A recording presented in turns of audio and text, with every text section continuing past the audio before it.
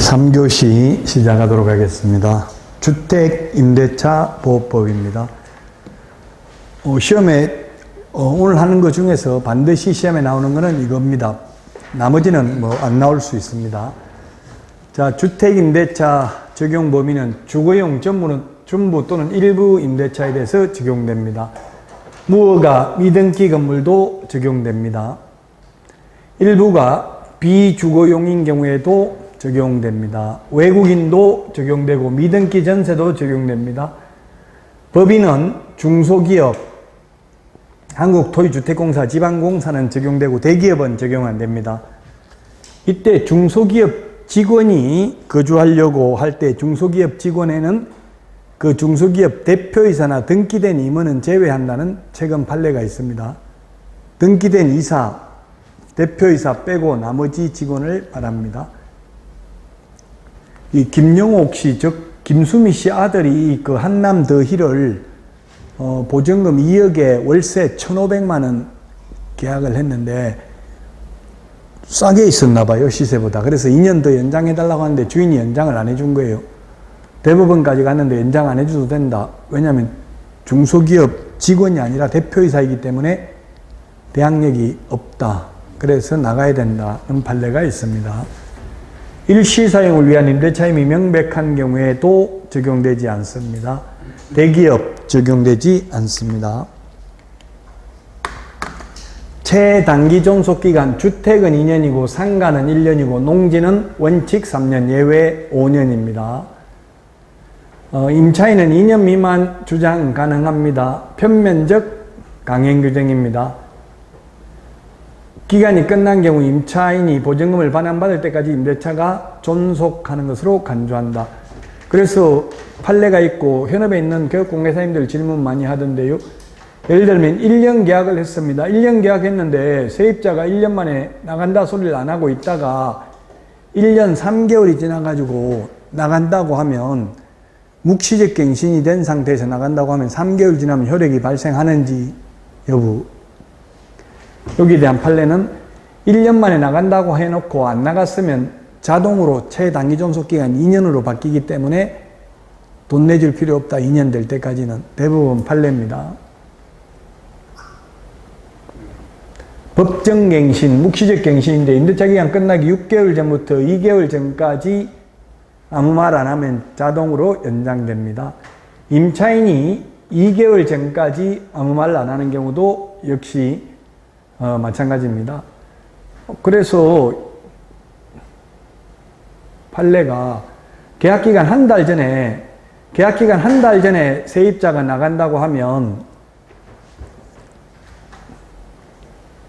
계약기간 한 달 전에 주인이 나가라고 하면 두 가지가 있겠죠.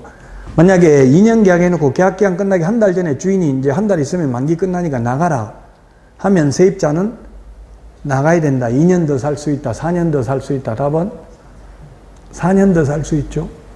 자동 연장, 법정갱신돼가지고 2년 더 연장되고 또 계약갱신 요건을 한 번은 행사하면 되니까 4년 더 살 수 있습니다. 근데 세입자가 원래 2년 계약해놓고 한 달 전에 세입자가 나간다고 하면 한 달 만기 끝나면 내줘야 된다. 나간다고 한 날로부터 3개월 지나면 돈 내주면 된다.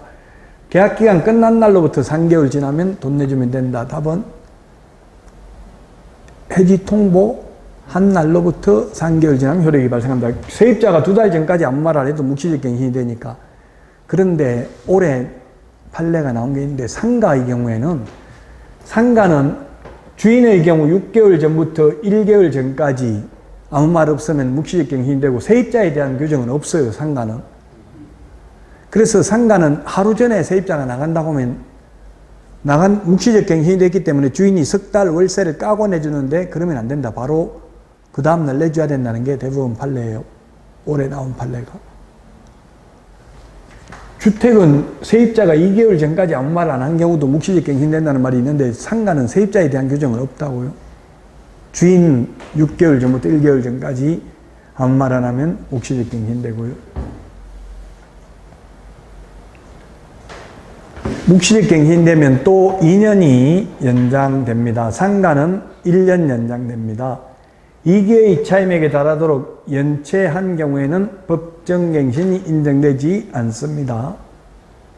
과거에 한 번이라도 연체한 적이 있다면 2달 월세에 해당되는 금액에 이르도록, 그 다음에 법정갱신이 돼도 세입자는 언제든지 계약 해지 통지가 가능하고요. 3개월이 지나면 효력이 발생합니다. 연체에 대한 그런 기간에 대한 그 구체적인 게 있나요? 기간, 연체가 뭐 며칠 이상에 대한 연체가 뭐 2기의 차임액이라고 하면 2달 월세액에 한 달 월세가 100만 원이면 200만 원이 연체된 적이 있으면, 그러면 만약에 한 달 월세가 100만 원인데 50만 원씩 연체했으면 넉 달 연체해야 되겠죠. 이번 달엔 돈이 없어서 다 못 주겠다, 50만 원밖에 못 주겠다 하면 2기의 차임액, 2달 월세액, 한 달 월세가 100만 원이라면 총 연체된 금액이 200만 원이 된 적이 한 번이라도 있으면 법정갱신, 총 금액이 2기의 차임액에 이르도록, 2달 월세액에 이르도록 연체한 적이 있는 경우, 이미 신뢰관계가 깨졌기 때문에 월세 연체하면 그런 사람한테는 법정갱신을 해줄 필요가 없다는 게 되겠죠. 자, 계약갱신 요구권입니다. 이게 옛날에는 주택은 계약갱신 요구권이 없었죠. 상가만 있었는데요. 지금 임대차 3법이라고 부르다가 요즘은 임대차 2법이라고 부르잖아요. 그 2법은 3법 중에서 주택 임대차 신고는 그대로 가겠다는 이야기고요. 이 계약갱신 요구권하고 전월세 상한제 두 개가 이제 2법입니다. 2 플러스 2, 2년 살고 2년 더 살겠다고 주장할 수 있는 게 계약갱신 요구권이고요. 2년 더 살겠다고 해서 2년 더 연장해 줄 때는 5%밖에 못 올리죠. 이것 때문에 전세값이 올라간다, 바꿔야 된다, 이렇게 주장하는 사람도 있는데, 또 학자들은 그렇게 단정할 수는 없다. 그래서 아마 제 생각에는 올해 시험 볼 때까지는 바뀔 가능성은 없어요. 법을 바꿔야 되는데, 야당 협조를 구해야 되는데, 지금 여야는 협조 구하는 게 아니라 서로 그냥 자기 갈 길 가기 때문에 거의 힘들다고 봐야 돼요. 제가 볼 때는.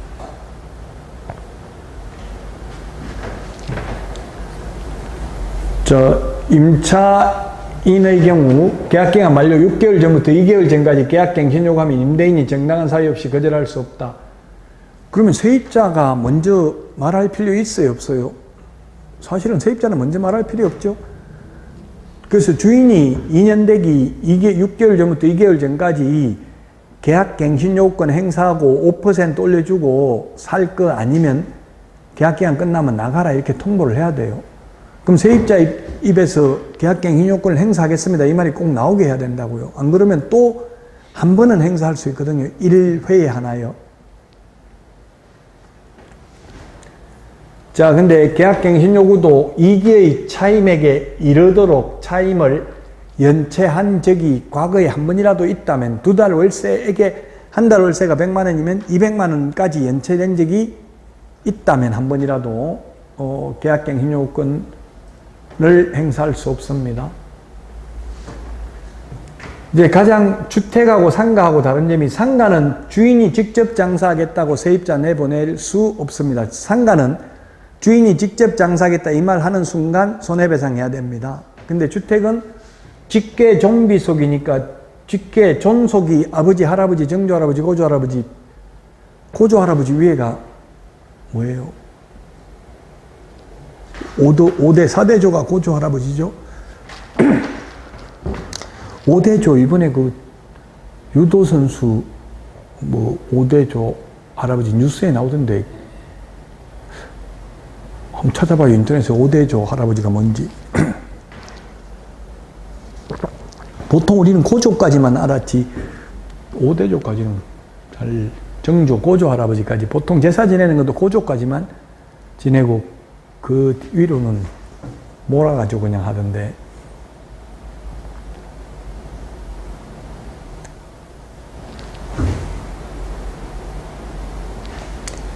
존속, 비속은 뭡니까? 자식, 손자, 정손자, 고손자, 이게 비속입니다. 직계 존속입니다. 고모 산다고, 이모 산다고 나가라고 할 수는 없죠. 반계가 아니라 직계입니다, 직계. 위반 시 손해배상 청구 가능합니다. 그럼 주인이 직접 살겠다 이거 입적 뭔데? 네, 검색해 보니까 4대까지는 보조라고 나오고 5대부터는 그냥 교정이 이렇게 적혀 있어요. 그 뉴스에 나오던데 뭐가 있던데 갑자기 생각이 안 나네.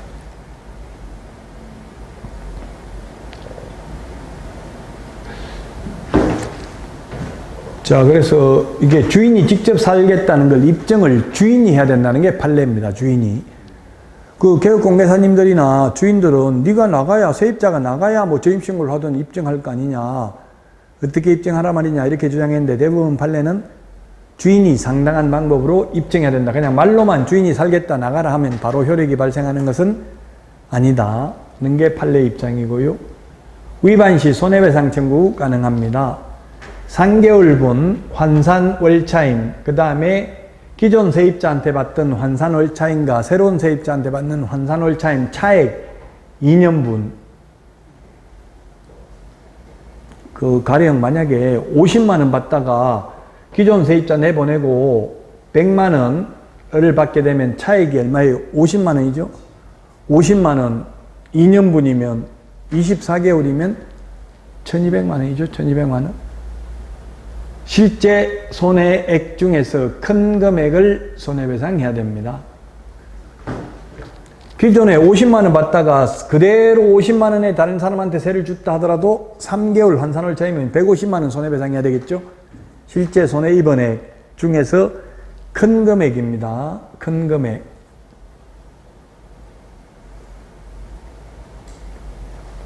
자, 그 다음에 계약갱신 요건은 1회에 하나여 행사할 수 있습니다. 주택은, 상가는 최초 임대차 기간을 포함한 전체 임대차 기간이 10년을 초과하지 않는 범위 내에서 행사할 수 있고요. 그 다음에 갱신된 임대차는 2년입니다. 갱신 요구에 의해서 갱신되는 경우, 상가는 갱신된 임대차는 전 임대차와 동일한 조건입니다. 만약 4년 계약했다가 계약갱신 요구하면 4년이 연장됩니다. 상가의 경우. 이 계약갱신 요구에 의해서 갱신되더라도 임차인은 언제든지 해지 가능하고요. 상가는 불가다. 상가는 4년 계약했다가 계약갱신 요구하면 4년이 연장되는데 연장된 상태에서 나가겠다고 하면 3개월 지나면 돈 내줘야 되는 게 아니라 계약기간만큼 장사는 해야 된다고요. 상가는. 근데 주택은 언제든지 해지 가능하고 3개월 지나면 효력이 발생한다. 대항력입니다.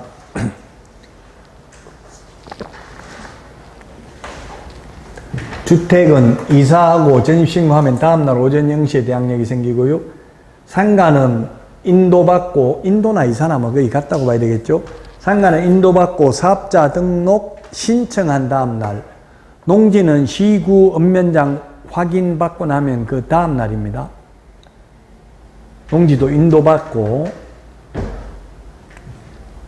대항력이라는 것은 제3자에게도 임차권이 있음을 주장할 수 있는 힘이 대항력이죠. 그래서 양수인은 임대인의 지위를 승계한 것으로 본다. 그래서 만약 매수인이 있다 하더라도 대항력이 있으면 계약기간 동안은 내쫓을 수 없다. 세입자 나가라고 할 수 없다는 이야기입니다. 경매로 낙찰된 경우에 임차권의 경우에는 소멸됩니다. 말소됩니다. 다만 보증금이 모두 변제되지 아니한 대항력이 있는 임차권은 인수된다. 이때 대항력이 있다는 말은 선순위 담보물건에게는 대항할 수 없습니다. 경매에서는. 최선순위인 경우는 빵 안 빼도 된다는 이야기입니다. 최우선 면제만 받으려면 대항력만 갖추면 되고, 우선 면제 받으려면 대항력에다가 확정일자까지 받아야 됩니다. 확정일자는 공정인 사무소, 등기소, 등기과, 동주민센터에서 받을 수 있습니다. 후순위 걸리잖아. 채권자보다 우선하여 보증금 전액을 변제받는 게 우선 면제입니다. 최우선 면제는 최고 먼저 받는데 그 대신에 일정 금액 이하인 경우 일정 금액만 최우선 면제 받습니다. 이 최우선 면제 받는 금액이 서울에서 1억 6,500만 원 이하인 경우 나누기 3을 해서 100만 원 단위로 절하, 뒤끝다리를 잘라버리면 이 숫자가 나옵니다. 절상이 아니고 절하하면 절하, 절사. 절, 절사. 절사예요. 절하가 아니고 절사, 절사. 그럼 절상에 그럼 올리는 거는 절사, 절하, 절항. 없애는 거니까 절사. 절사, 절하가 아니고, 이 절사가 맞는지 한번 보세요. 이게 나누기 3을 해보세요. 1억 4,500만 원 나누기 3을 하면 아마 4,800 몇십만 원 이렇게 나올 거예요. 절사, 뒤 끝다리를 잘라버립니다. 그 다음에 광역시는 8,500만 원 이하인 경우 2,800만 원, 기타 지역은 7,500 이하인 경우 2,500만 원까지 최우선 면제 받을 수 있습니다. 시행일 전 담보물권 취득자에게는 종전 규정을 적용합니다.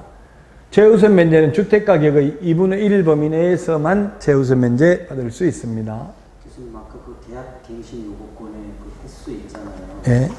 거기에서 그 갱신된 임차는 1년인데 상가는 전 기간과 동일했는데 10년을 넘으면 안 되잖아요. 예. 그리고 아까 1회 할 수 있다는데 상가는 횟수에 상관없다. 10년을 초과하지 않는 범위 내에서는 가능해요. 9번, 1년 계약했으면 9번까지 가능하겠죠. 5년 계약했으면 한 번밖에 안 될 거고, 예. 6년 계약했으면 그래서 계약갱신 요건을 행사할 수 없는 것으로 저는 생각하고 있는데, 법률구조공단에 물어보니까 그 변호사들도 잘 모르더라고요. 6년 계약 체결한 경우 상가 계약갱신 요구 됩니까? 물어보니까 남은 기간 4년은 되지 않을까요? 이렇게 하는 경우도 있더라고. 여기에 대해서는 아직 시험에 뭐 6년 계약한 경우 4년 더 연장할 수 있다 이런 거 나온 적은 없습니다. 이게 조금 법 조문에 없기 때문에.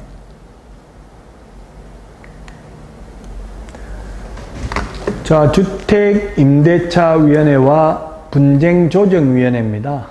위원회가 우리 법에 한 6개 정도 있습니다. 시험에 나오는 게. 이 2개가 있네요. 여기 2개 있고, 그 다음에 상가에 또 이거 2개가 있고요. 그럼 4개. 그 다음에 협회 공제운영위원회. 그 다음에 공인중개사 정책심의위원회 6개가 있습니다. 위원회. 요즘 뉴스에 보니까 수사심의위원회를 소집하니 어쩌니 이런 말 나오죠. 그럼 전부 책임 회피하기 위한 수단입니다. 민주적 정당성을 확보하려는 형식적인 조치죠. 이게 실제로 이게 위원들이 그 정부에서 하는 거 반대할 수 있어요, 없어요? 그럼 위원 잘리죠. 네, 잘려. 저도 위원회 참석 돈 받고 가면 보통 뭐 하루에 가면 한 30만 원 이상은 주더라고요. 가봤는데 뭐 손 들고 찬성하냐 반대하냐 물어보면 예, 적극 찬성합니다. 이러지. 거기 반대한다 그러면 다음에 절대 안 불러요. 잘려가지고 회촉시켜버려요, 그냥. 교수님 죄송합니다만 아까 그 계약갱신 요구권에서 해지가 나왔는데 네. 이 해지는 여기 들어갈 사항이 아니죠? 계약갱신 요구권? 아니, 계약갱신 요구권을 행사해서 주택 말이죠. 2년이 연장됐는데 2년 계약했다가 계약갱신 요구권을 행사해서 2년 더 산다 해놓고는 또 해지 나가겠다 할 수 있다는 이야기입니다. 중간에.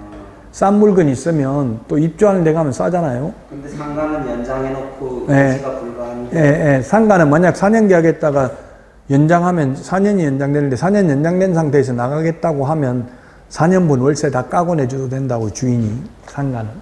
네, 감사합니다.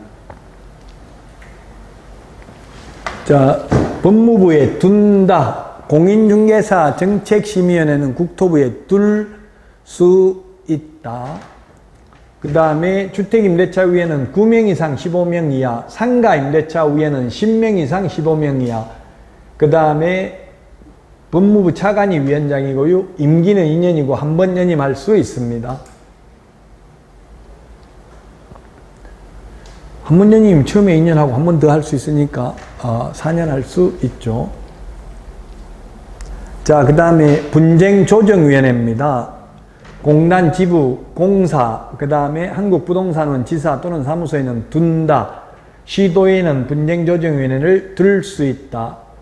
분쟁조정위원회는 위원장 1명 포함하여 5명 이상 30명 이하고요. 위원장은 호선입니다. 호선. 상호간에 선출합니다. 이게 주택임대차위원회는 법무부 차관인데요. 그 다음에 분쟁조정위원회 임기는 3년이고요. 연임 제한 없습니다. 보궐위원 임기는 전임자 남은 임기고요. 60일 이내 조정을 완료해야 되고 30일 범위 내에서 연장 가능합니다. 조정안을 14일 이내에 수락 의사를 서면으로 표시하지 않는 경우 조정을 수락한 것으로 보는 게 아니라 거부한 것으로 봅니다.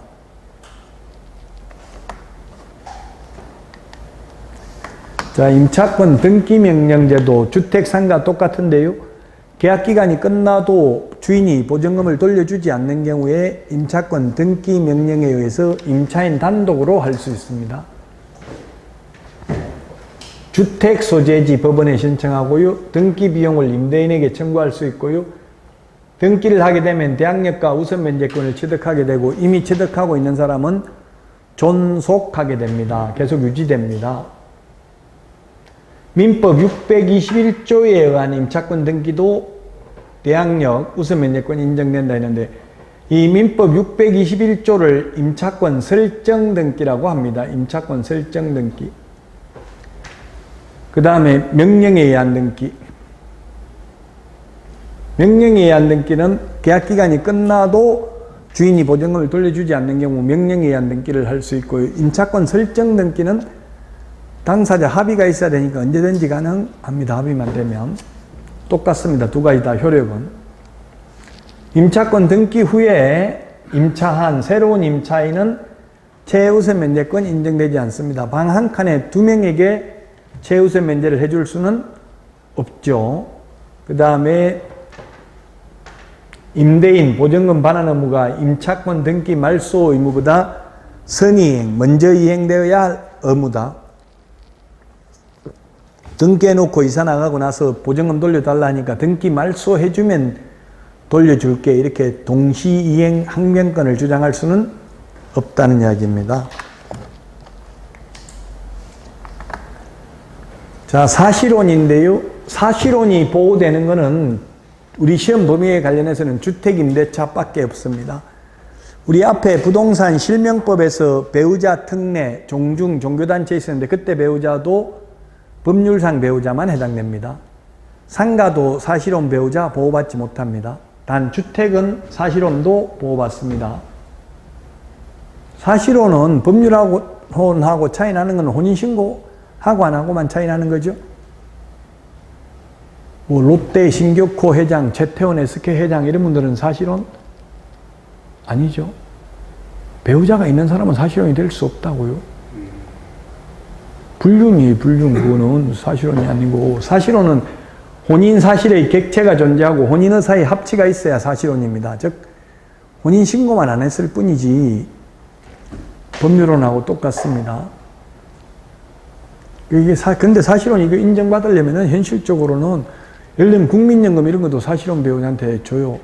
그 인정받으려면, 제가 죽었으면 우리, 신우, 제 누나나, 여동생이나 형님이나 이런 사람이 사실은 인정해 준다든지 이러면 좀 시댁에서 인정해 주면 그 확인서 같은 거 써가지고 법원에 제출하고 이러면 유리하다고요. 시댁에서.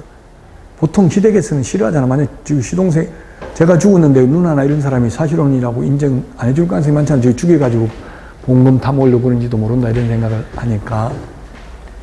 그러니까 웬만하면 법률은 혼인신고를 하는 게 가장 좋죠. 사실혼은 인정받으려면 좀 복잡해요. 자, 사실혼인데 상속인 없이 사망하면 사실혼 배우자에게 승계된다. 그럼 상속인 있는 경우에 대해서는 우리 법에 규정이 없어요. 상속인이 있는 경우에는 민법의 규정을 따라요. 상속인에게만 상속된다고요. 사실혼에게 상속이 안 되고. 가정공동생활을 하는 경우에는 가정공동생활을 하지 않는 경우에는 사실혼 배우자와 이촌 이내 친족이 공동으로 승계한다. 가정공동생활을 하지 않는 경우만 우리 법에 있고 가정공동생활을 하면 상속인이 그건 상속인에게만 상속된다는 민법 규정이 있다고요. 그 가정공동생활을 하지 않는 경우에는 사실혼 배우자와 이촌 이내의 친족이 공동으로 승계한다. 단 1개월 이내에 반대 의사 표시를 한 경우에는 그러하지 아니하다. 사실혼 관계 연자가 한 달 사망하거나 한 달 안에 집주인한테 도저히 여기 무서워서 못 살겠다, 방 빼야 되겠다 하면 돈 내줘야 된다는 이야기입니다. 자, 정감청문, 사실혼, 주택만 사실혼 보호된다 했습니다. 주택도 상속인하고 가정공동생활을 하면 한 푼도 상속이 안 되고 상속인이 가정공동생활을 하지 않는 경우에 2분의 1이 상속되고요. 아예 상속인 없고 사실혼 배우자만 있다면 100% 사실혼 배우자에게 상속이 됩니다. 정감 청구 5% 올릴 수 있습니다. 한번 올리고 나면 1년 안에는 못 올립니다. 조례로 달리 정할 수 있는데 5% 범위 내에서만 달리 정할 수 있습니다. 그래서 대부분 판례가 1년에 무조건 5%씩 올리기로 한다. 이런 특약을 했다면 그 특약은 효력이 있다 없다? 1년에 5%씩 무조건 올리기로 한다. 이런 말을 안 적어도 특약을 안 해도 올릴 수 있죠. 10년 계약했으면 10년에 1년에 한 번씩 올릴 수 있어요. 계약 10년 했다 하더라도. 그러면 특약으로 무조건 1년에 5%씩 올리기로 한다 했다면 그 특약의 효력은 있다 없다? 없다. 왜? 뭐라고 되어 있냐면 법조문에 차임 등이 경제사정의 변동으로 인하여 상당하지 않는 경우 당사자는 장래에 그 정감을 청구할 수 있고 단 정액의 경우 1년에 5%를 초과할 수 없다. 감액 청구할 수도 있는데 무조건 올린다 했으니까 무효라고요. 강행법 위반으로. 감액도 청구할 수 있다. 자, 월세로 돌리는 경우는 1할 또는 기준금리 더하기 2% 중 낮은 비율을 초과할 수 없다. 정액 비율을 초과하여 지급된 차임은 반환 청구 가능하고요. 렌트홈이라고 홈페이지에 있는데 렌트홈에 들어가면은 이거 월세 올리는 거 자동 계산기가 있어요. 5%. 월세는 월세대로 올릴 수 있고 보증금은 보증금대로 올릴 수 있죠. 근데 보증금은 안 올리고 월세만 올리려면 얼마 올릴 수 있는지 이런 게 계산하는 게 다 나와 있다고. 렌트홈 초기 화면에.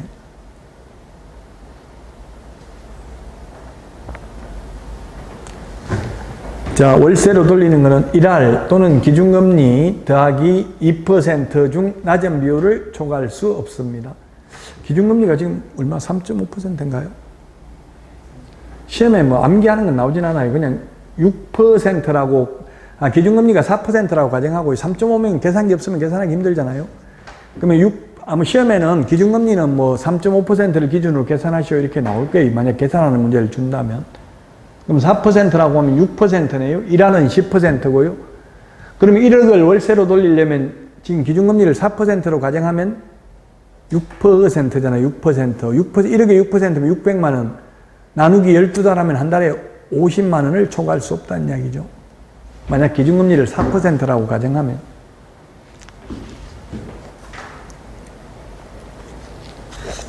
더 낮은 걸 초과할 수 없다는 거예요. 예. 이게 1하는 10%고 요거는 6%니까 6% 초과할 수 없다고. 낮은 비율을 초과할 수 없으니까. 높은 걸 받는 게 아니라 낮은 걸 받습니다. 표준계약서 법무부 장관이 국토부 장관과 협의하여 정하는 주택임대차 표준계약서를 우선 사용해야 된다. 단 합의한 경우에는 그러하지 아니하다. 사용하지 않기로 합의를 했다면 양면적 강행 규정이 아니라 편면적 강행 규정이다. 정보 제공 요청 가능합니다. 이해관계인은 단 인적 사항은 계약 당사자만 요청할 수 있습니다. 자, 문제 보도록 하겠습니다. 185페이지 4번입니다. 옳은 것입니다.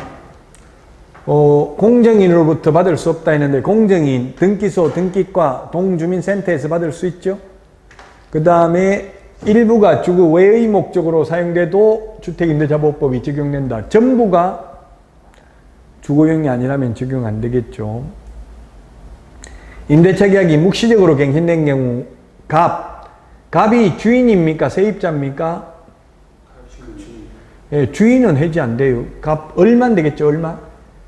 주인은 해지 통지 안 되고 2년 보장해 줘야 되고 세입자는 묵시적 갱신돼도 나간다고 하면 2년 3개월 지나면 효력이 발생하죠.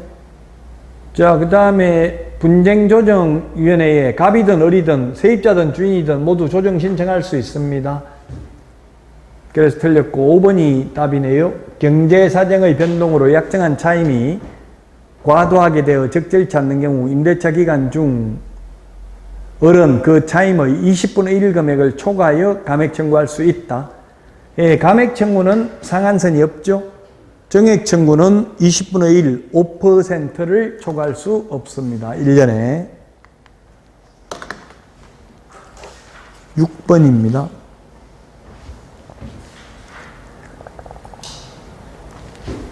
187페이지 6번. 틀린 것입니다. 1번 임차인이 임차주택에 대하여 보증금 반환 청구 소송의 확정 판결에 따라 경매를 신청하는 경우 반대 의무의 이행이나 이행의 제공을 집행제시 요건을 하지 않는다. 이게 무슨 말이냐면 방 빼주지 않고도 경매 신청은 할 수 있다. 나중에 배당받을 때만 방 빼주면 된다는 이야기입니다. 맞습니다. 임차권 등기된 집에 들어간 새로운 세입자는 최우선 면제 받을 수 없습니다. 3번이 틀렸네요. 임대차 계약을 체결하려는 자는 임차인 동의 받는 게 아니라 임대인 동의를 받아서 확정일자 부여기간에 주택의 확정일자 부여일 정보 제공을 요청할 수 있다. 주인 동의 받아야 되겠죠. 3번이 답이고요. 4번 상속인 없이 사망한 경우 그 주택에서 가정공동생활을 하던 사실상 혼인관계에 있는 자가 임차인의 권리와 의무를 승계한다. 맞습니다. 사실혼이 주택만 보호된다고 했습니다. 주택의 등기를 하지 아니한 전세계약에 관하여는 주택임대차보호법을 준용한다. 예, 전세권 설정 등기 안 했다면 말로만 전세, 우리 채권적 전세, 동네말로 전세라는 건 주택임대차보호법 준용, 적용합니다. 3번이 답이 되겠습니다. 188페이지 8번입니다. 보증금 1억 2천만 원 오른 것입니다.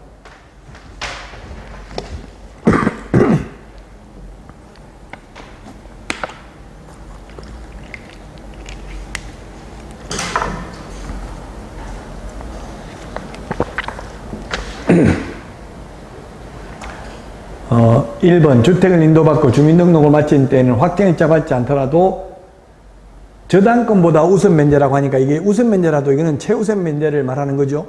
선순위 담보물권보다 법조문에는 최우선 면제, 최라는 말은 없어요. 다른 담보물권자보다 우선 면제, 소액 임차인 우선 면제, 최우선 면제 같은 말이라고요.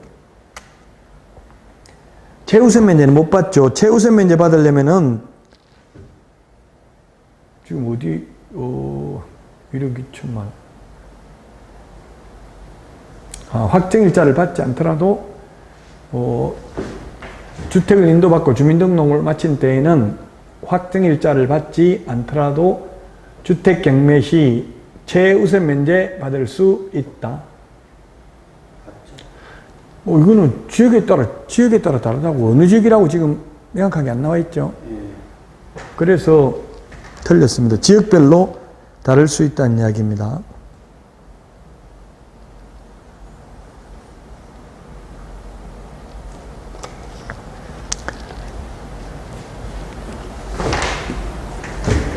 무조건 최우선 면제 받는다 단정할 수는 없습니다. 지역별로 다릅니다. 서울 같은 데는 뭐 1억 6,500이 하니까 가능할 수도 있겠네요.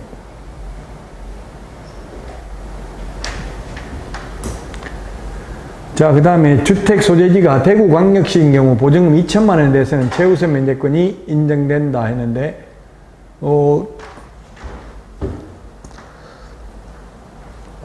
지금 대구가 광역시는 8,500만 원 이하죠. 8,500만 원 이하여야 되는데 1억 2천이니까 한 푼도 최우선 면제 받을 수 없습니다. 2천만 원 최우선 면제 못 받습니다. 다세대인 경우 전입신고 시 지분만 기재하고 동호수 기재하지 않더라도 대항력 인정받는다. 틀렸죠, 이것도. 이 문제가 이 사범에 네. 광역시인 경우 2천만 원이면 보증금 2천만 원이면 적잖아요. 근데 뭐 1억 2천만 원으로 중개하면서 이 문제 자체가 이게 문제예요. 보증금 중, 아니, 1억 2천인데, 그래. 1억 2천 중에서 2천만 원은 최우선 면제 받는다 했기 때문에 틀렸다고요?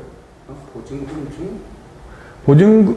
보증금이 1억 2천인데, 그 중에서 2천만 원 최우선 면제 받는다. 아예 최우선 면제를 못 받는다고. 8,500 이하인 경우만 받기 때문에. 1억 2천이기 때문에. 옛날에는 이게 2천이었어요. 지금 같으면 이게 2,800이라고 하는 게 낫겠죠. 대구가 옛날에 이 기출문제 나올 때는 2천만 원이었다고. 지금은 2,800이잖아요. 보증금 중? 예. 보증금은 1억 2천.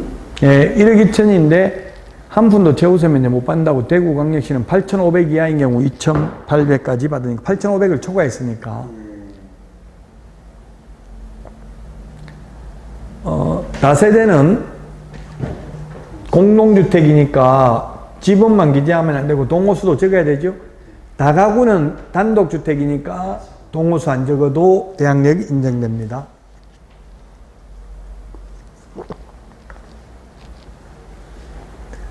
4번 대항력을 갖춘 임차인이라도 저당권 설정 등기 이후 정액된 임차 보증금에 관하여는 저당권에 기해 주택을 경락받은 소유자에게 대항할 수 없다. 이게 맞죠? 정액된 경우 중간에 융자가 들어왔다는 이야기입니다. 뭐 예를 들면 2년 계약했는데 1년 만에 은행이 융자를 더 받았으면 다시 2년 지나고 연장계약서를 적으면 그때 연장계약서 적은 경우는 정액된 부분은 요 후순위가 되기 때문에 경락받은 소유자에게 대항할 수 없습니다. 4번이고요. 5번 확정일자를 먼저 받은 후 주택의 인도와 전입신고를 하면 그 신고일이 저당권 설정 등기일과 같아도 임차인이 저당권에 우선한다. X입니다. 저당권이 우선합니다. 저당권은 당일날 효력이 발생하고 임차권의 경우에는 대항력은 다음날입니다. 대항력은 다음날. 대항력을 갖추고 확정일자 받아야 확정일자 받은 당일날 우선면제 효력이 생기죠. 그래서 4번이 정답이 되겠습니다.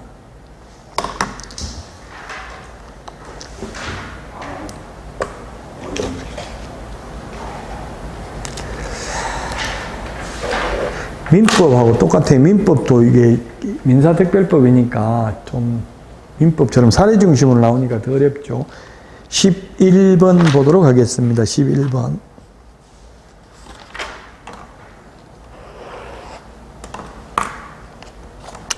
11번.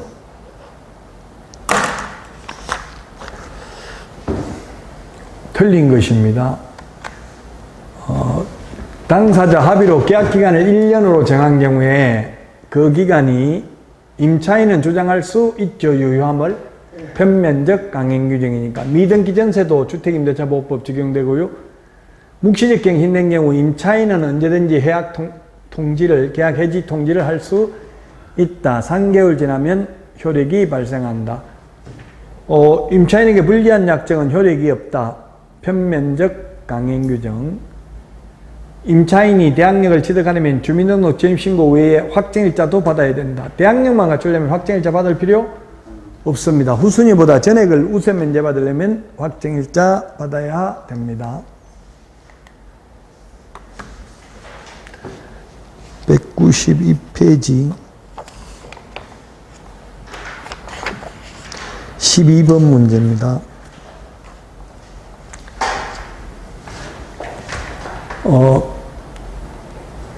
계약 갱신에 대해서 옳은 것은 했는데 을이 임대차 기간 종료, 세입자가 2개월 전까지 아무 말 안 하면 법정갱신되고요.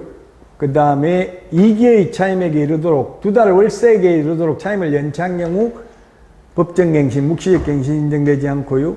그 다음에 디귿, 갑이 임대차 종료 6개월 전부터, 주인은 6개월 전부터 2개월 전까지 아무 말 안 하는 경우도 묵시적 갱신이 되고요. 묵시적 갱신되면 3개월 나간다고 하면 3개월 지나면 효력이 발생하죠. 세입자가 나간다고 하면 답 2번입니다.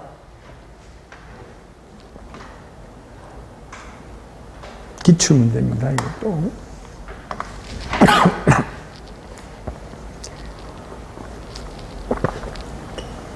2번이 정답이 되겠고요. 자, 다음은 180페이지, 180페이지가 아니고 13번이, 13번. 193페이지. 틀린 것입니다.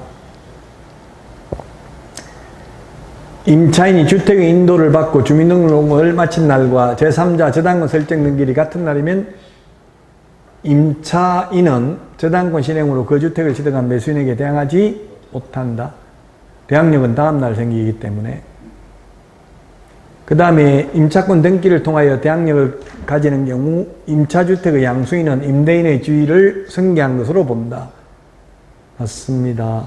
그 다음에 주택가격의 3분의 1이 아니라 2분의 1 범위 내에서만 재우선 면제 받습니다. 묵시적으로 갱신된 경우 임대인은 언제든지 해지 통지할 수 있다. 임대인은 안 되고 임차인이 통지할 수 있고 3개월 지나면 효력이 발생한다. 틀린 것입니다. 일부가 주거용 외의 목적으로 사용돼도 적용된다. 갱신된 임대차의 경우 존속기간 2년이다. 3번 임차주택에서 경매 신청의 등기 전에 대항 요건을 갖추지 않는 경우에도 최우선 면제 받을 권리가 있다 했는데 대항력을 갖춰야 되죠. 최우선 면제 받으려면 대항력을 갖춰야 되고 후순위보다 전액을 우선 면제 받으려면 대항력에다가 확정일자까지 받아야 됩니다. 3번이 답이고요. 4번 임차인이 대항력을 갖춘 경우 임차주택의 양수인은 임대인의 지위를 승계한 것으로 본다. 맞습니다. 세입자는 계약기간 동안 안 나가고 버틸 수 있습니다. 주인 바뀌어도. 5번 임차권 등기명령의 집행에 따른 임차권 등기를 마친 임차인은 이후 대항력을 상실하더라도 이미 취득한 대항력 우선 면제권은 계속 유지된다. 자, 오늘 했던 내용 중에서 주택임대차보호법 반드시 출제되고요. 그 다음에 부동산 실권리자 명의등기에 관한 법률 80% 이상 비중이 되고요. 부동산 등기특별요지법은 최근 10년간 나오지 않았어요. 왜냐하면 매매계약은 부동산 거래 신고하고 신고 필증받으면 금인받은 것으로 본다라고 했죠. 확인설명서 서식 비교하는 것은 또 올해 1의 서식이 바뀌었으니까 좀 서식을 보셔야 됩니다. 한 문제는 반드시 나오고요. 최대한 3문제, 4문제까지 나올 수도 있습니다. 자, 여기까지 하고 쉬었다가 1일 모의고사 보도록 하겠습니다.